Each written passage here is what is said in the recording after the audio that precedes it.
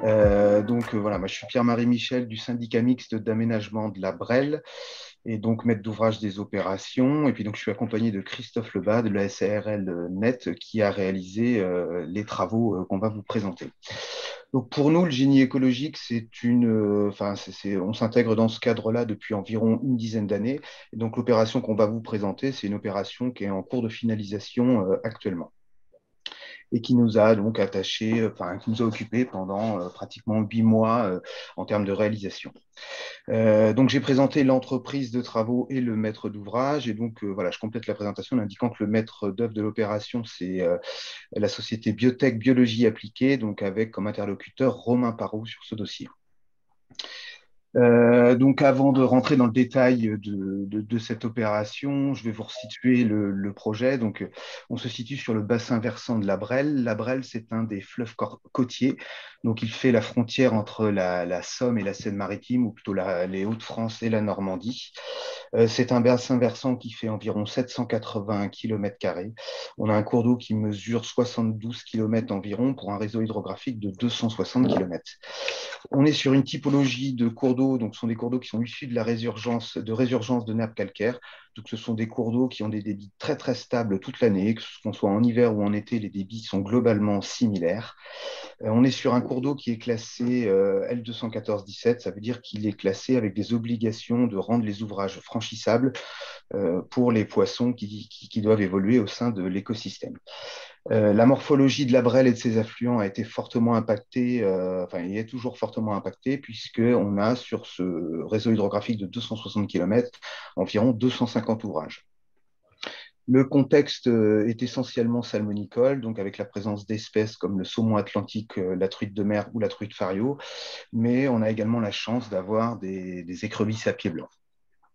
Donc le projet va se situer tout à fait à l'amont du bassin versant, sur une des sources affluents de la Brelle, donc qui s'appelle le ruisseau de la Vitardière, là où est marqué le point rouge sur la carte sur cette diapositive. Maintenant, je vais vous présenter le site sur lequel on est intervenu. Donc, il y a globalement sur ce secteur un réseau hydrographique de 2 km à 2,5 km. Donc, sur ce linéaire de cours d'eau, on a environ 1,5 km de bras qui ont été par le passé, donc depuis plusieurs siècles, dérivés au profit de divers aménagements, notamment donc, des moulins et des ouvrages qu'on appelle de préflottés. Donc, vous avez sur la partie droite de la diapositive les ouvrages qui sont présentés ici. Donc, au total, il y avait 6 ouvrages qui étaient présents et cela représentait un linéaire de chute d'eau d'environ 5 mètres. Donc, avec des ouvrages plus ou moins importants. Et donc, nous avons ici la particularité d'avoir un ancien canal aqueduc qui avait une chute d'eau d'environ 3,50 m. Donc, évidemment, des ouvrages qui n'étaient pas franchissables pour les poissons migrateurs qui occupent ce fleuve. Donc, au-delà des considérations liées aux poissons migrateurs, le déplacement des cours d'eau, donc les cours d'eau ont été historiquement extraits de leur fond de vallée naturel pour être placés dans des canaux qui sont perchés et puis qui conduisent l'eau à nos chutes de moulins. Le problème de cette configuration, aujourd'hui, l'ensemble des ouvrages ont disparu, il n'y a plus d'usage depuis au moins une cinquantaine d'années. Et donc, ces cours d'eau, l'ensemble de leur pente est distribué dans la chute d'eau des moulins, ce qui fait qu'on a des cours d'eau qui ont tendance à s'envaser très fortement. Donc, on a une altération forte de la morphologie. Cette altération de la morphologie nous entraîne des problématiques d'entretien, puisqu'évidemment, quand on a les sédiments qui se déposent dans le fond du cours d'eau, on a également toute une végétation luxuriante qui va s'y développer. Et cette végétation, notamment en période estivale, va ralentir le flux de l'eau et provoquer des débordements. Ce qui fait qu'on doit également régulièrement consolider les berges pour éviter que le fleuve ne reprenne son chemin naturel et n'aille de nouveau investir son fond de vallée. Au-delà donc, des problématiques hydrauliques que je viens de vous citer, on a sur ces canaux une biodiversité qui est très très faible. Donc là, il y a une photo de truite qui est présente. C'était une espèce qui était très très peu présente justement sur ce bief, puisque il y avait peu de zones de croissance ou peu de zones de reproduction pour ces espèces, puisque l'ensemble du canal et l'ensemble des canaux, pardon, étaient envasés du fait de l'absence de pente. Donc, au-delà des problématiques liées aux poissons, on avait également voilà, une flore qui était de bord de cours d'eau qui était très peu adaptée. On avait une flore essentiellement de milieu sec. Cela est lié au fait que la nappe d'accompagnement du cours d'eau se trouve dans le fond de vallée et puis que les lignes d'eau étaient calées justement par ces ouvrages, ce qui est très peu propice au développement d'une flore de milieu humide diversifiée. Donc, le principe du projet, évidemment, ça a été de juguler les problématiques que je viens de vous présenter, donc à la fois des problématiques hydrauliques et à la fois ces problématiques de biodiversité. Donc, on s'intègre dans un paysage où on est essentiellement sur des propriétés privées. Donc, ici, il a fallu, notre travail de maîtrise d'ouvrage, ça a été de convaincre les différents propriétaires, qui sont 5 ou 6 avec des exploitants agricoles, de s'engager dans une opération où on va remettre en fond de vallée les cours d'eau. Donc, l'idée, là, vous avez sur le plan les tracés des cours d'eau historiques qui sont en bleu. Donc, l'ensemble des parties qui ont été transformées par le passé en bief ont été, dans le cadre de ces travaux, remis en fond de vallée avec une morphologie beaucoup plus naturelle, donc la présence de méandres, etc. Donc, la restauration concerne aujourd'hui entre 1500 et 1500 et 1600 mètres de cours d'eau qui ont retrouvé leur contexte méandriforme et donc une physionomie beaucoup plus naturelle. Je vais laisser peut-être maintenant, une fois que je vous ai présenté les objectifs un peu de ce projet, Christophe Lebas compléter mon intervention sur la stratégie de chantier qu'il a pu mettre en place pour parvenir à ces objectifs. Merci Pierre-Marie, bonjour à tous. Donc Christophe Lebas, gérant de la société Nature Environnement Terrassement. J'ai pu accompagner dans le projet qui était mené par la maîtrise d'ouvrage du syndicat de la Brenne et orchestré par le maître d'œuvre Biotech. Nous, et vous savez en grande partie, c'est que quand on arrive dans ce genre de réponse à un appel d'offres, le projet est ficelé et qu'il est validé par le maître d'ouvrage, mais aussi par les instances telles que l'OFB et les services de l'État. Puisqu'il s'agit avant tout sur ce chantier-là de déplacer un cours d'eau sur plusieurs centaines de mètres. Alors, les projets de génie écologique, leur mise en œuvre, elles sont un peu atypiques à chaque chantier, puisque pour nous, chaque chantier est unique, tant dans sa propriété et surtout dans l'accaparation du projet. Comme l'a dit Pierre-Marie, c'est un projet qui courait sur plusieurs centaines de mètres. Là, on était entre 1500 et 1700 mètres.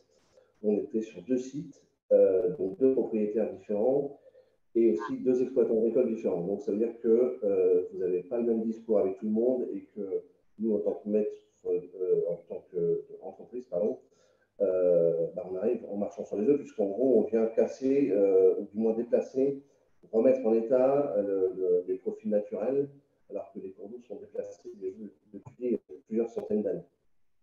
Pardon Christophe de te couper, est-ce que tu pourrais te rapprocher un tout petit peu de ton micro? On a un peu de mal à t'entendre. Alors, sur ce chantier-là, on avait 3 typologies de chantiers. On a donc fait appel à 3 entreprises spécialisées, puisque on avait à la fois de la démolition de l'ancienne chambre à turbine et le canal d'amener que nous a présenté tout à l'heure Pierre-Marie.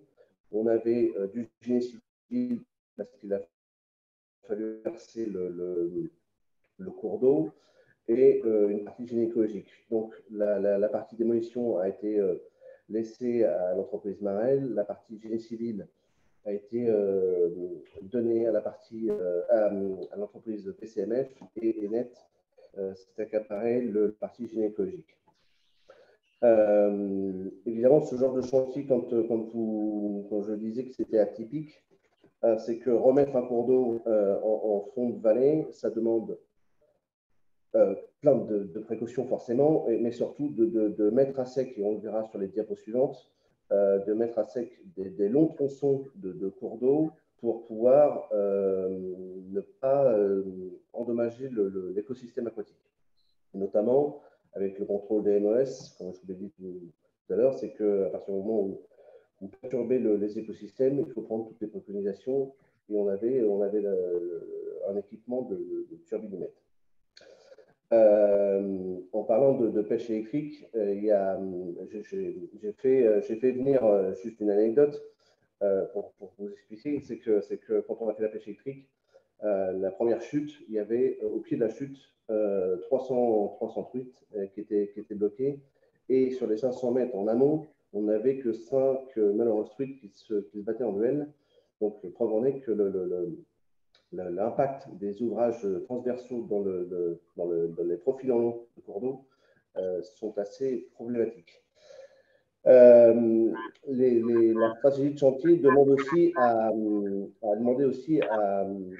aller abaisser une cote altimétrique de la fibre, puisqu'elle était traversante sur notre tronçon, et qu'il a fallu l'abaisser de plus d'1 mètre et en pleine zone humide. Donc voilà, ça a été aussi assez sympathique. Et enfin, le dernier point fort de ce gros chantier, c'est qu'on a transplanté 20 saules têtards qui allaient de 40 cm à 1 mètre de diamètre. Bon, sachant que c'est des arbres qui étaient existants sur le bief, donc on s'est séparés maintenant. Et l'idée, par le maître d'œuvre et le maître d'ouvrage, était de déplacer ces arbres-là, qui avaient plusieurs dizaines d'années déjà, voire peut-être centaines, pour qu'ils soient assez opérationnels, puisque ça reste des niches écologiques qui sont efficaces et tout de suite.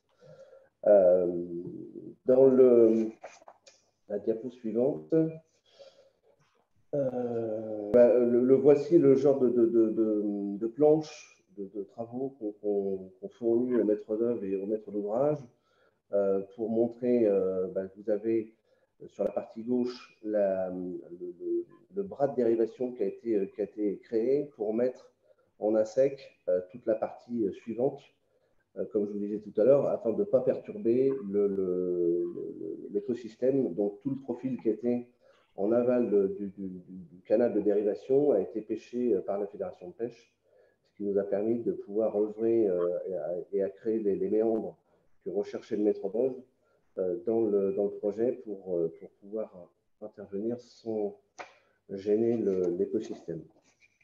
Sur la photo suivante, on voit ce fameux canal qui est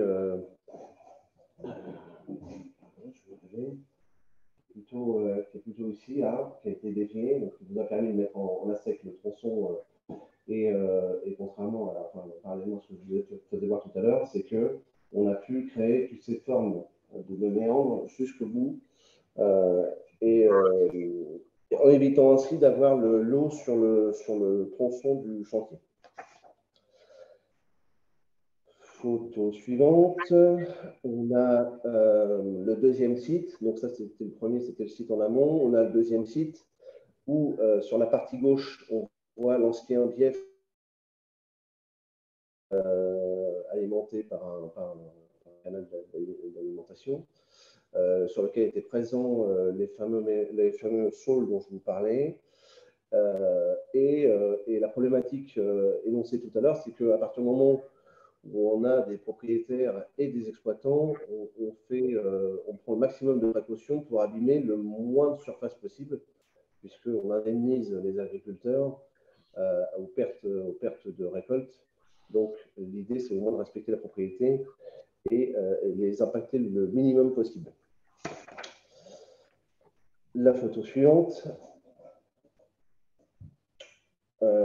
Voilà donc le décalage et la remise en fond de vallée du cours d'eau et les fameux saules têtards qui ont été transplantés.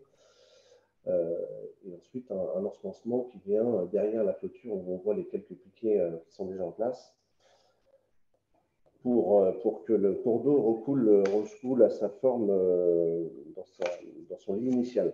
Alors vous voyez qu'il y a des formes un peu assez verticales. L'idée, c'est que, alors verticale pas partout, justement, c'est qu'on a mis des points fixes à certains endroits avec des ouvertures de cours d'eau et des fermetures, donc des jeux de pincement et d'élargissement. Vous voyez en plein centre une souche qui a été implantée. Ça reste le boulot fourni par le maître d'œuvre qui, lui, veut ce genre de points durs pour que le cours d'eau nous, on impulse et que le cours d'eau, avec son énergie et ses crues, puisse à la fois transporter, mais surtout aller reformer ses formes les plus naturelles possibles. La photo suivante, je crois que c'est à toi, Pierre-Marie. Oui, donc la photo suivante, elle va vous présenter. Alors, il faut vous remémorer le canal que je vous ai présenté tout à l'heure, donc qui était tout à fait rectiligne, avec uniquement une bande où vous aviez une végétation constituée de roseaux et de baldingères. Donc là, très rapidement, je vous disais qu'on était encore en phase travaux. Donc, c'est des photos qui ont été prises il y a quelques semaines et puis quelques jours pour la photo de gauche. Donc voilà, très rapidement, l'idée, c'est de pouvoir redonner à la nature un milieu qui soit sur lequel en fait on ne voit pas tout de suite, enfin on oublie qu'on soit passé. Donc sur la photo de gauche, vous avez le milieu qui est déjà globalement en nouveau fonctionnement, avec des alternances de faciès d'écoulement, donc avec des mouilles des mouilles, et puis des zones d'écoulement plus rapides, et puis tous ces aspects méandriformes. Donc, vous avez vu aussi sur la photo de droite où on travaille beaucoup avec le bois. L'idée, voilà, c'est d'offrir aux différentes espèces qui vont être présentes des habitats qui sont déjà constitués. Donc voilà, donc on peut évidemment admettre que ça change complètement de l'habitat qui pouvait être présent dans le bief envasé. Là, au moins, on a une diversité des habitats, donc ils vont constituer une mosaïque de milieux différents sur lesquels les différentes espèces vont pouvoir s'implanter et recoloniser. Donc, notre opération, évidemment, au-delà du bénéfice de restaurer la continuité écologique, c'est-à-dire permettre aux poissons de l'aval de remonter vers l'amont, elle permet aussi de reconstituer des habitats aquatiques qui sont intéressants. Alors, je te laisse repartir là-dessus, du coup, et puis je dirai tout à l'heure sur l'aspect vraiment résultat de l'opération d'un point de vue écologique. Ça marche, merci.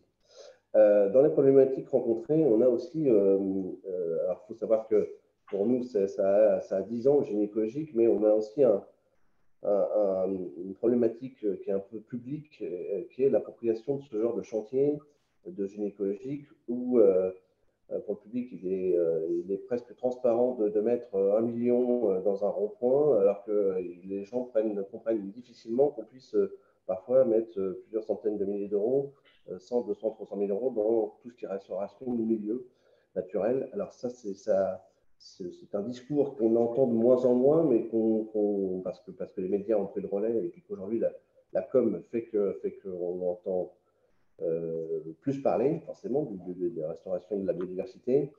Et aussi, alors ça, c'est pour le grand public et pour les élus, il est plus facilement envisageable d'aller couper un ruban pour l'inauguration d'une école que de couper un ruban pour une renaturation de cours d'eau sur plusieurs centaines de mètres ou plusieurs kilomètres. Ça, ce discours-là, dans les problématiques rencontrées, elles sont plutôt de contexte général. Pour ce chantier, en particulier, on a des saisonnalités dues au cycle biologique, notamment qui vit en cours d'eau, puisque, en gros, les travaux que nous faisons sont soumis à des autorisations et avec des courtes périodes. Donc, on est autorisé à travailler du 1er juin au 31 octobre. On a souvent des démarrages tardifs dus justement à des superpositions d'arrêtés préfectoraux, d'accords de subvention, puisque c'est des travaux qui sont soumis à des subventions publiques, généralement menés par des collectivités, des Comcom, des syndicats comme ceux de Pierre-Marie. Et justement, on a du mal à mettre en phase tout le monde pour qu'on puisse vraiment réellement démarrer au 1er juin. Donc, c'est souvent des chantiers qui démarrent fin d'été, voire début septembre, donc tout début d'automne. Donc, quand il faut intervenir en zone humide, ça reste assez compliqué. Et ce qui nécessite, le point suivant, c'est que ça demande des engins spécifiques. Et sur ce chantier-là, on a joué un peu de malchance, mais ça fait partie de la vie de chantier, c'est que à vouloir faire appel et devoir faire appel à des engins spécifiques, c'est que quand on a des pannes, ce genre d'engins spécifiques sont difficilement remplaçables. Donc, ça demande à chaque fois de la réactivité. Voilà. Et quand il y a plusieurs centaines de mètres, à gérer, c'est encore plus complexe. Enfin, ce qu'on peut noter dans ce genre de chantier de génie écologique et l'activité d'aujourd'hui sur d'autres secteurs nous confirme, c'est qu'on a énormément de problèmes et de communication avec les concessionnaires de réseaux qui sont Enedis, qui sont les réseaux de fibres, les réseaux électriques, les réseaux d'eau potable. Et ça, c'est difficile malgré le fait qu'il y ait donc des déclarations de travaux qui soient engagées avant, des DICT qui sont engagés aussi avant les travaux, et on a du mal à joindre les concessionnaires. Et enfin, le dernier point que j'aurais pu mettre, c'était aussi l'absence générale parfois de maître d'œuvre sur ce genre de projet. Là, on a l'avantage d'avoir directement une fusée à 3 étages, un maître d'ouvrage qui est motivé, un maître d'œuvre qui est compétent parce qu'il a plein de casquettes et de compétences au sein de son bureau, et l'entreprise spécialisée qui est la nôtre pour que le projet soit le plus abouti possible. Je crois que c'est bon de mon côté. Donc, je vais reprendre cette présentation et la finaliser pour vous présenter les bénéfices qu'on peut observer sur les différents cortèges animaux et végétaux. Donc, sur les communautés piscicoles, qui étaient quand même un des principaux objectifs, notamment des propriétaires privés riverains, c'est vrai qu'ils étaient déçus d'avoir des cours d'eau, mais sur lesquels il n'y avait pas de poissons. Donc, alors, nous, sur cette opération-là, comme je vous le disais, elle est très récente, donc on n'a pas pu réaliser des pêches électriques après travaux, puisqu'il n'y a pas encore une année qui est passée. Donc, en fait, on va se baser sur des opérations similaires qui ont pu être conduites sur le fleuve de la Brelle, avec les mêmes techniques.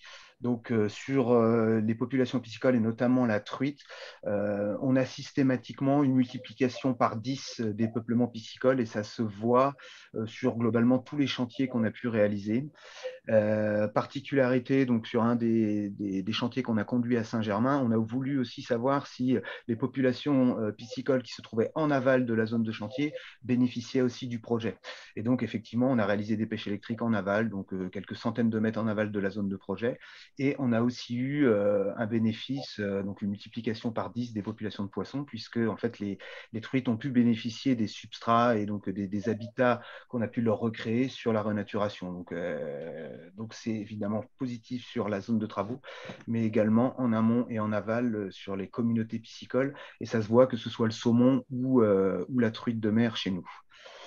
Concernant les analyses floristiques, donc on les a faites en réalisant la méthode des quadras. Donc on regarde sur 1 m² quelles sont les différentes espèces et leur densité.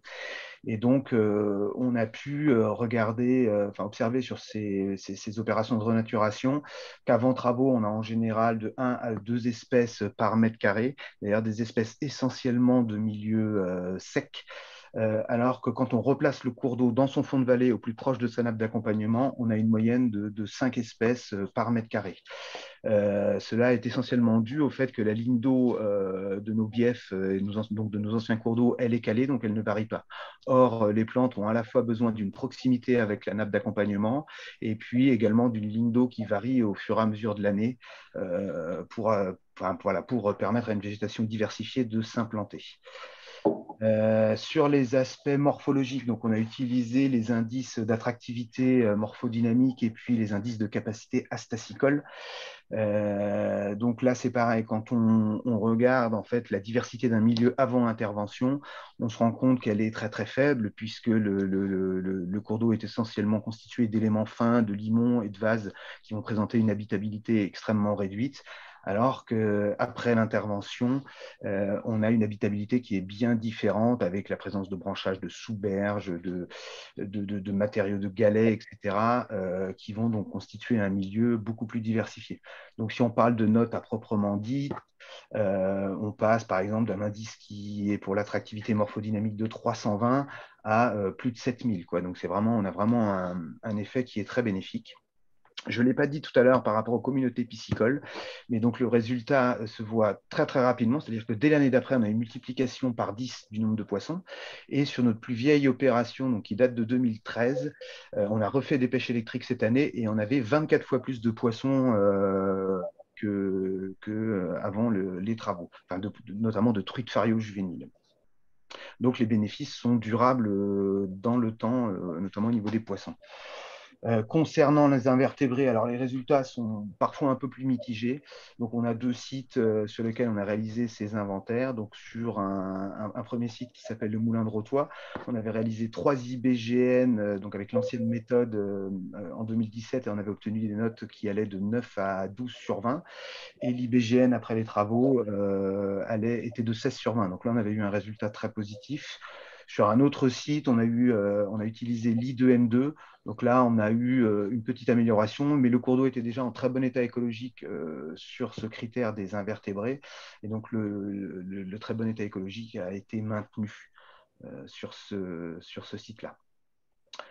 Donc voilà, moi j'en ai terminé avec la présentation, les résultats. Donc je ne sais pas si cette présentation amène des questions, mais en tout cas, je tenais à vous remercier pour votre attention. Merci beaucoup à tous les deux pour cette présentation et pour la présentation de ce que vous avez fait et des résultats. On a 2 questions qui ont été posées. La première, c'est est-ce qu'il y a eu 100% de reprise sur les saules, sur la transplantation? Alors, on en est à 55 saules têtards de ce type déplacés. Aujourd'hui, on a toujours 100% de réussite jusqu'au jour où ça nous fera défaut, mais ça a demandé une technicité assez élaborée avec des sylviculteurs notamment pour mettre en stress des arbres qui sont vieux de plusieurs dizaines, voire centaines d'années, pour pouvoir les couper déjà d'une part, les mettre en tétard, les transporter, les déraciner. Donc là, aujourd'hui, oui, notre technique fait qu'on a 100% de reprise. Alors, on a transplanté ces vins-là.